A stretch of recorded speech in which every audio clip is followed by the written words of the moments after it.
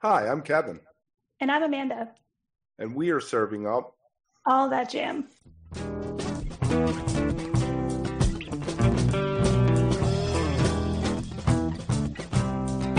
All That Jam, Quick Hit.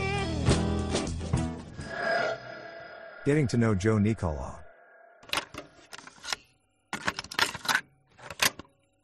Well, Joe, I just want to thank you so much for responding to my outreach. I'm a huge fan of all that you've done and thought it would be great to just talk a little bit about, your career, what you've done, and what you're currently working on.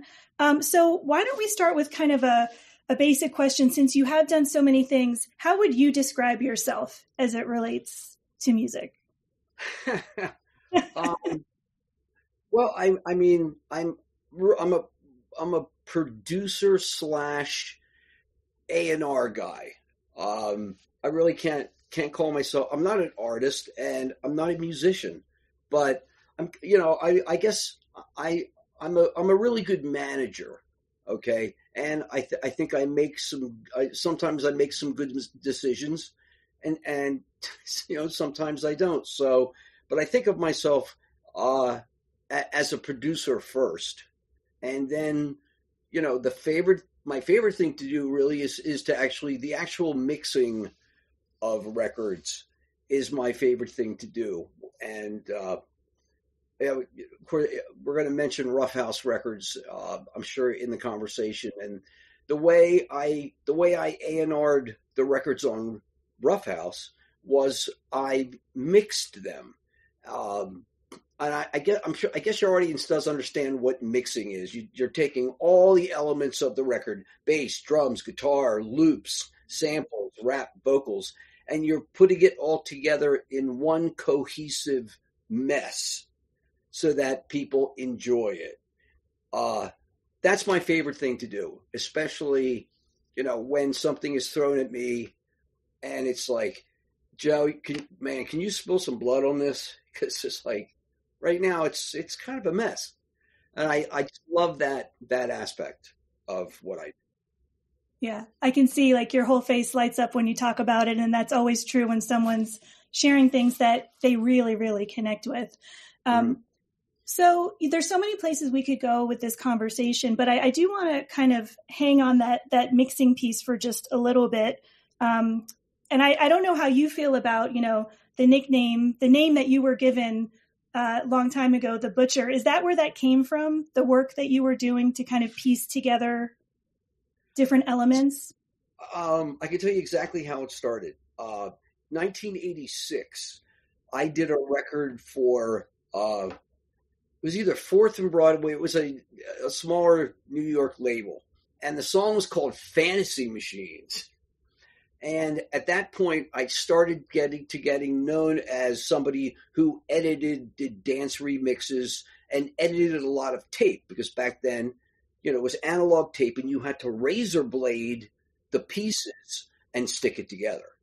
And Ray Monahan, who has passed away quite a long time ago, was the producer. And he said, you should have a handle. You should call yourself something.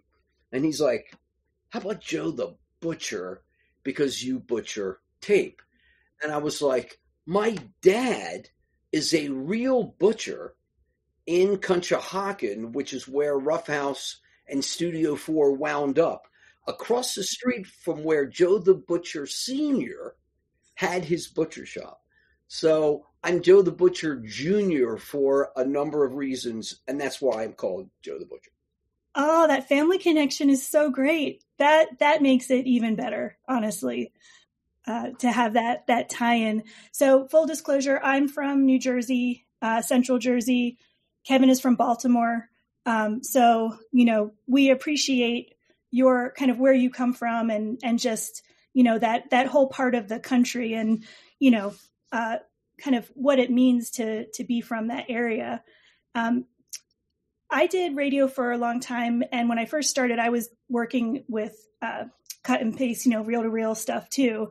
And there is something really special about it. Do you miss kind of being able to work that way? Or at this point, are you like good on the digital stuff? Like, what's your preference? Um, I hope this doesn't hurt anyone's feelings, but I don't ever want to go back to analog ever again. It's like, don't you, Joe? Don't you want to go back to the original butcher dentistry days where they had no Novocaine and they pulled teeth out when you had a headache? I'm like, are you out of your freaking mind? And the reason why I say that is because today, and it's like, well, there's too many choices. Well, and again, you can see how excited I get, and I pull my sleeves up. Oh, Cypress Hill, the Beatles.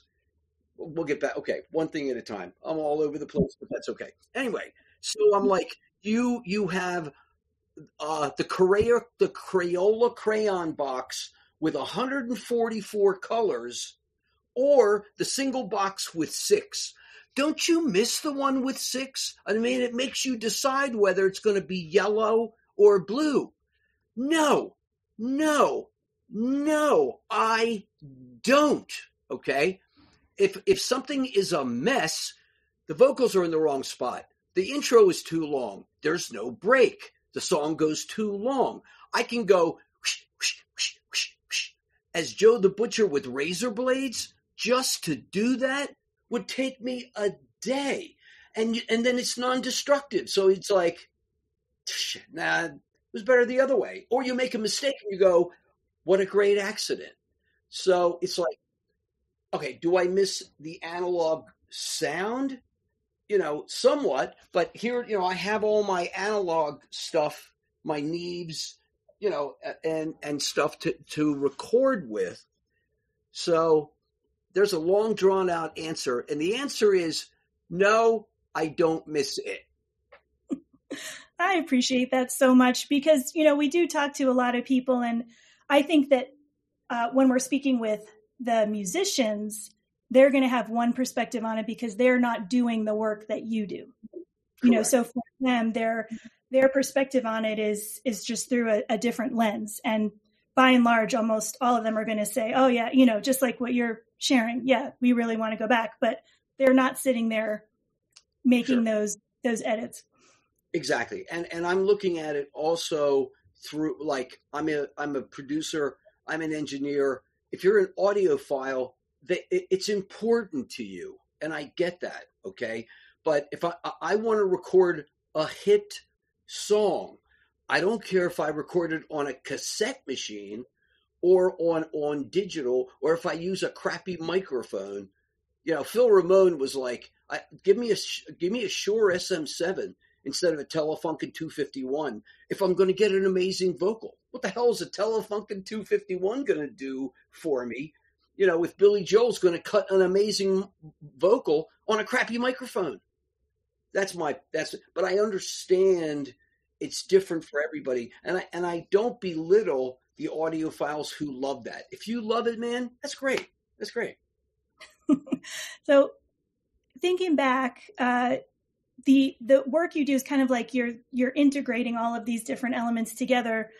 Do you ever get pushback from the artists about the choices you make? Like, how do you handle their vision of what they think they want something to be? Does that ever come into play?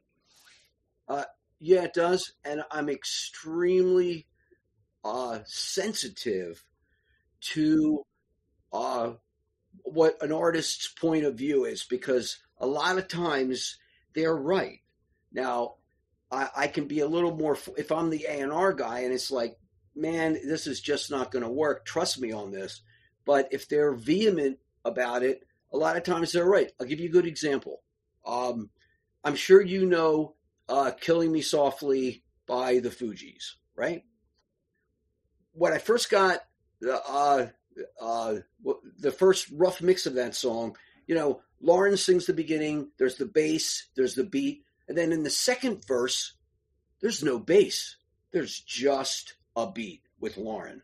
And I said to Wyclef, dude, the energy just kind of, it falls out. You gotta, if it's not a bass, you have to introduce something in that second verse because you're losing the energy. And he's like, no, I'm not. I'm like, he's like, have you listened to her vocal? I don't want anything under that but the beat. I'm not putting anything under there. And I was like, are you sure, man? He's like, yep, I'm sure. Well, if you listen to that record in the second verse, all there is the beat. Was he right? No further questions, Your Honor. That's a good example. And I think, those working relationships have to be so important to be able to get through those moments, like the trust that people must have in you to be able to make decisions, but also that you're going to listen to them, when it's in those kind of moments. Sure. And then you have other people who don't care in the least. And again, I'm going to drop names, but I'm going to also give you River of Dreams, Billy Joel River of Dreams. They hated that. Okay, they hated. No one liked the record. Danny Korchmar, Cooch, wonderful guy. I mean, look at all the stuff he's done. He's an amazing guy. But it's like, we don't like this. So I took it over and replaced everything but Billy and his piano. And as I was starting on working on it, I was like, okay, Billy, how do you want me to approach this? He's like, I don't care what you do to it. You can take it to hell in a handbasket. I don't care. I wrote the song. You're gonna take it on. You do whatever you want to do, and that's what I did. So just different. He didn't care. Not that he didn't care, and I'm sure if he didn't like it, he would have said. But I guess he liked it. Yeah. Well, he knows. It's also kind of knowing your role in the process too. It sounds like some people, really have that kind of clearly marked where their work kind of ends for the moment and then someone else, picks it up, which is harder for some people. Some people like to micromanage, I guess, huh? Yeah. I don't watch it from 35,000 feet, but 10,000 feet, Right on. So, I was kind of curious. I was thinking about this conversation and all the different things that we could talk about. And I think that one of the things that fascinates me most about your history is, there's the music part of it, and then there's the business side. And those two things, I think, have similarities in some ways, but being able to found, start something like RuffHouse Records and kind of the legacy and the notoriety that it has, to me, is just as much about business acumen as it is about the music. I don't know if you agree with that, but I guess I'm curious to know, when that was first happening, did you feel that you had kind of the business side of things covered, or were you going at it purely from, I want to be able to make this music the way that I want to do it? Wow, that's a really good question. It was definitely more the music side, because that's the side I was coming from. And it was gratifying where close to the beginning, because we started having some success early on with RuffHouse. They just kind of let us do what we wanted to do. And then when, our first number one rap single was Tim Dog, Fuck Compton, which I guess I can say on this, Oh yeah, you're good. in the internet, in the interweb. But then, soon after that, Cypress Hill broke. I mean, and they weren't big. These acts were huge. They were entering the charts at number one kind of records, And then there was Crisscross. Then there was the Fugees and Lauryn Hill and Wyclef. And so, yeah, they just gave us free reign. And they also knew that because we were still kind of independent label, we could do things that Sony didn't feel comfortable in doing. So, that gave them a little bit of an out, but they were it was a great machine to be a part of, because they knew how to make a big record a huge record. So that, it was a roller coaster ride I shall not soon forget. I'd imagine. And I think to myself, I wonder if that could even happen in 2024 that way. Wow. That's a good question. I don't know. We're so separated, splintered, and disgusted with people in music, in politics, in we've become so polarized, and it's hard to say. I guess today it's more the TikTok making something viral, and what that means, but the universal acceptance has just gotten so much. It's just so narrow, and that can be frustrating. At the same time, it's like there's a plethora of things that you can experience now. When I was a kid, we had 3 channels: NBC, CBS, and ABC.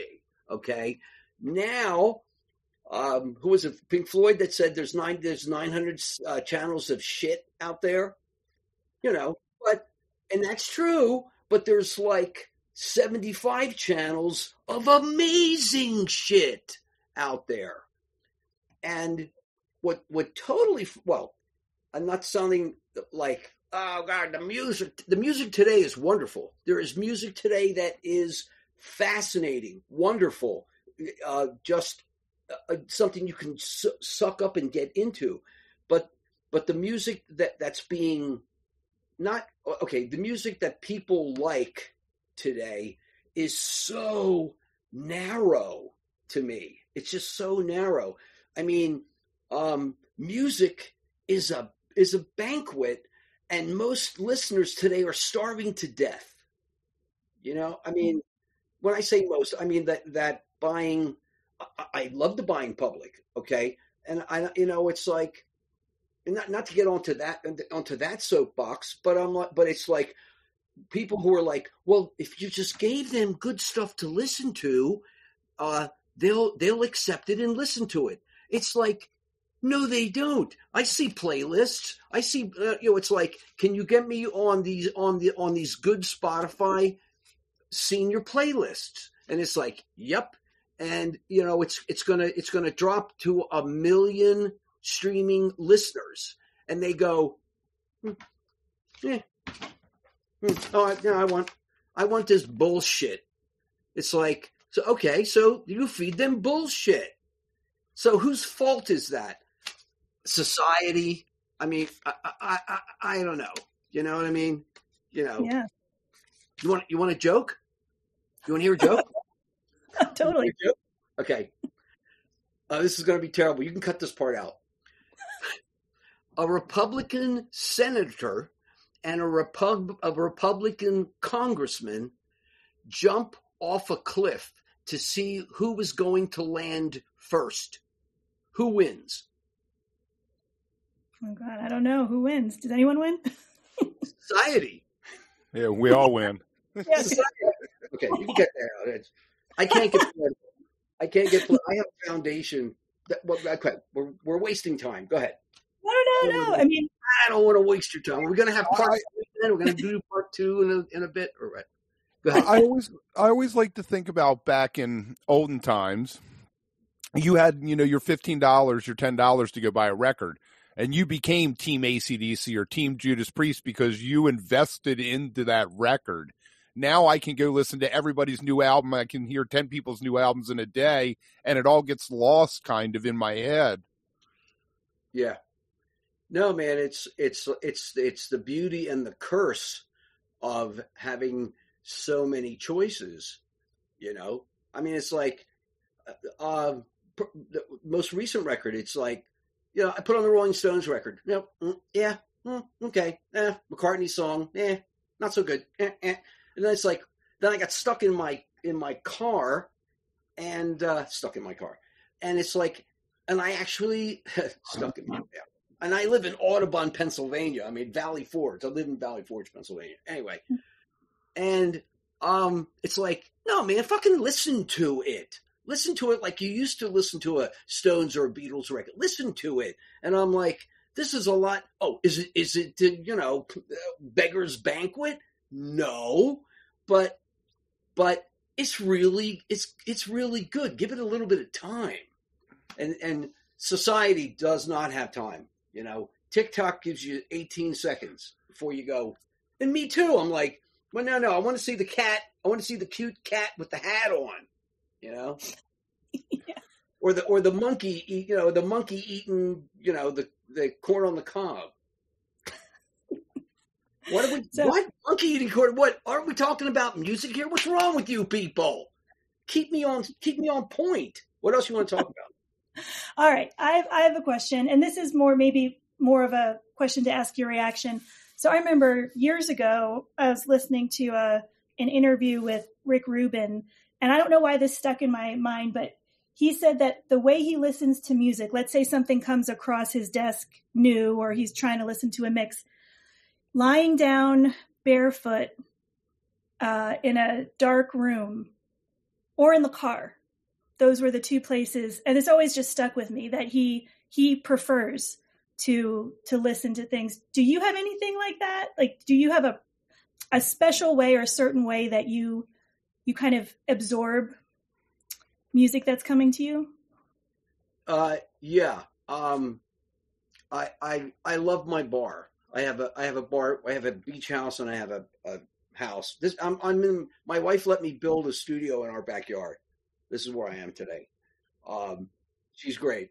Trust me, living 42 years with me, I don't know how she does it. But anyway, so I love listening to music because that's where I congregate with people. That's where we sing, Brandy, You're a Fine Girl, and it's like, that's where if I get something here and I listen to it in my control room, I'm like, wow, I think this is really cool. My immediate focus after that is this me, or is anybody else going to like this?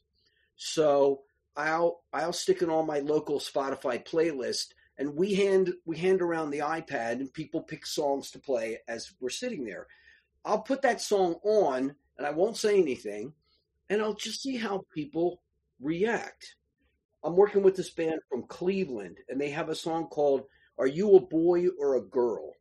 And the vocal, you can't tell if it's sung by a boy or a girl. It's a guy.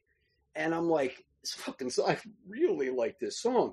So just this Saturday night, I stuck it on, and Cam is 28, Matt is 33, Lindsay is 40, my son is 40, my wife's 71, Jim is 65, and I just stuck it on, and everybody was like, wow, this is cool.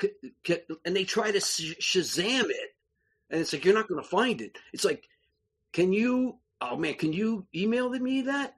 I'm like, okay. There's something there,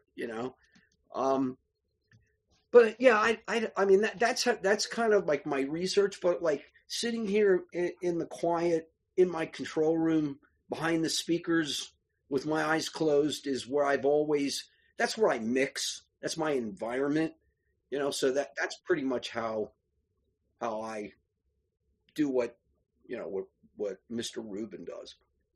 Maybe with socks on, though.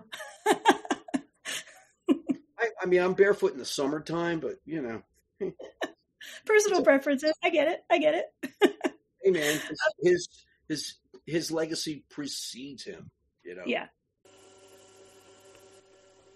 If you are enjoying All That Jam, please like and subscribe to our social media channels at All That Jam Pod on Twitter, Instagram, and Facebook, or visit our website, allthatjampod.com. Make sure to sign up for our email list and tune in every week for new episodes. Also, look for full interviews on our YouTube channel. And remember, stay beautiful, but don't stay underground too long.